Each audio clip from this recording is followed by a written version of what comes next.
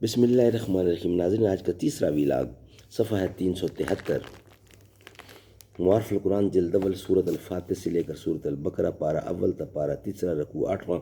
Writer ہیں اس کتاب کے حضرت مولانا مفتی محمد شفیع صاحب رحمۃ اللہ علیہ، مفتی اعظم پاکستان ہے۔ بسم اللہ الرحمن الرحیم۔ الحمد للہ وکفا وسلام علی عبادہ الذین اصطفیٰ۔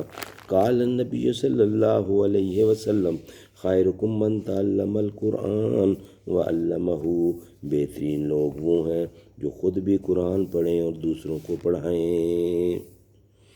زمین جب بھی ہوئی کربلا ہمارے لیے، تو آسمان سے اترا خدا ہمارے لیے۔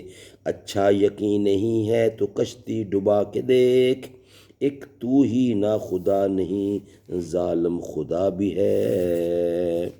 وما جعلنا القبلة التي كنت عليها إلا لنعلم من يتبع الرسول ممن ينقلب على عقبه وإن كانت لكبيرة إلا على الذين هدى الله وما كان الله ليضيع إيمانكم إن الله بالناس لرؤوف الرحیم۔ اور نہیں مقرر کیا تھا ہم نے وہ قبلہ کہ جس پر تو پہلے تھا، مگر اس واسطے کہ معلوم کریں کہ کون تابع رہے گا رسول کا اور کون پھر جائے گا الٹے پاؤں۔ اور بے شک یہ بات بھاری ہوئی مگر ان پر جن کی راہ دکھلائی اللہ نے، اور اللہ ایسا نہیں کہ ضائع کرے تمہارا ایمان۔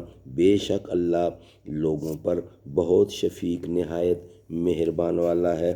خلاصہ تفسیر، اور اصل میں تو شریعت محمدیہ کے لیے ہم نے کعبہ ہی قبلہ تجویز کر رکھا تھا، اور جس سمت قبلہ پر آپ چند روز قائم رہ چکے ہیں یعنی بیت المقدس، وہ تو محض اس مصلحت کے لیے تھا کہ ہم کو ظاہری طور پر بھی معلوم ہو جائے کہ اس کے مقرر ہونے سے یا بدلنے سے یہود اور غیر یہود میں سے کون تو رسول اللہ صلی اللہ علیہ وسلم کا اتباع اختیار کرتا ہے اور کون پیچھے کو ہٹتا جاتا ہے اور نفرت اور مخالفت کرتا ہے۔ اس امتحان کے لیے اس عارضی قبلہ کو مقرر کیا تھا، پھر اصلی قبلہ سے اس کو منسوب کر دیا، اور یہ قبلہ کا بدلنا منحرف لوگوں پر ہوا بڑا ثقیل، ہاں مگر جن لوگوں کو اللہ تعالیٰ نے سیدھے طریق کی ہدایت فرمائی، جس کا بیان اوپر آ چکا ہے کہ احکام علیہ کو بے چوں چراں قبول کر لینا، ان کو کچھ بھی گراں نہیں ہوا۔ جیسا پہلے اس کو خدا کا حکم سمجھتے تھے، اب اس کو سمجھنے لگے، اور ہم نے جو کہا بیت المقدس قبلہ غیر اصلی تھا، اس سے کوئی شخص یہ وسوسہ نہ لاوے بس تو جتنی نمازیں ادھر پڑھی ہیں ان میں ثواب بھی کم ملا ہوگا، کیونکہ اصلی قبلہ کی طرف نہ تھی۔ سو اس وسوسہ کو دل میں نہ لانا، کیونکہ اللہ تعالیٰ ایسے نہیں کہ تمہارے ایمان کے متعلق اعمال مثلا نماز کے ثواب کو ضائع اور ناقص کر دیں، اور واقعی اللہ تعالیٰ تو ایسے لوگوں پر بہت ہی شفیق اور مہربان ہیں۔ تو ایسے شفیق مہربان پر یہ گمان کب ہو سکتا ہے، کیونکہ کسی قبلہ کا اصل یا غیر اصلی ہونا تو ہم ہی جانتے ہیں، تم نے تو دونوں کو ہمارا حکم سمجھ کر قبول کیا، اس لیے ثواب بھی کسی کا کم نہ ہوگا۔ سبحان اللہ۔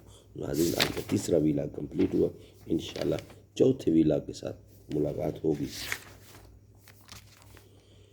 جو محمد کے گھرانے کا حیا کرتا ہے، سچ تو یہ ہے کہ وہ اپنا ہی بھلا کرتا ہے۔ جو بھی زارا کے وسیلے سے دعا کرتا ہے، میرا مالک اسے ہر چیز عطا کرتا ہے۔ جب بھی حسنین کے نانا پہ میں پڑھتا ہوں درود، مشکلیں دور میرا خدا کرتا ہے۔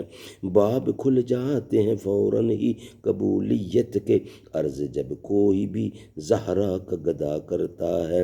اس پہ عباس علمدار کی ہوتی ہے نظر، کربلا والوں سے جو شخص وفا کرتا ہے۔